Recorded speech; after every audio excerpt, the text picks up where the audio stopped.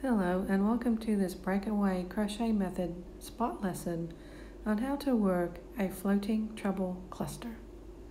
So whenever one of my breakaway method patterns says to work a floating treble cluster, this is what you do.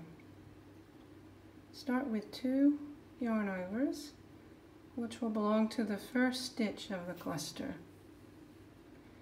Now we pause a minute to make the floating ring. We do that by making another yarn over, pinching very close to the hook. Do another yarn over and gather it in together with the first yarn over. We're pinching those 2 loops together. Finish the floating ring by drawing a loop through the 2 loops that you're pinching. And that's the floating ring made.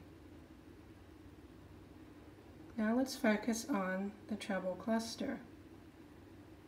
We're all set up to finish the first part of the treble cluster, and we do that by going yarn over, draw through 2, yarn over, draw through 2, but leaving the last 2 loops on the hook for now, leaving that treble unfinished because we're making a cluster.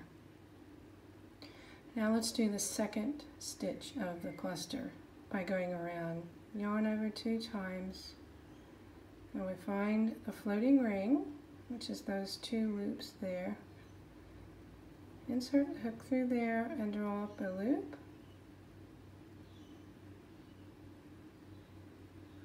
Continue on with this second treble by going yarn over, go through 2, yarn over, go through 2. Now that we have 3 loops on the hook, it's time to join the 2 together by doing a yarn over and going through all 3 loops. So essentially that's working 2 trebles together within that floating ring.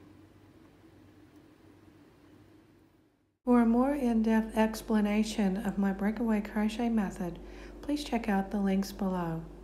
Thank you for liking, sharing, and subscribing, and may you create beautiful things.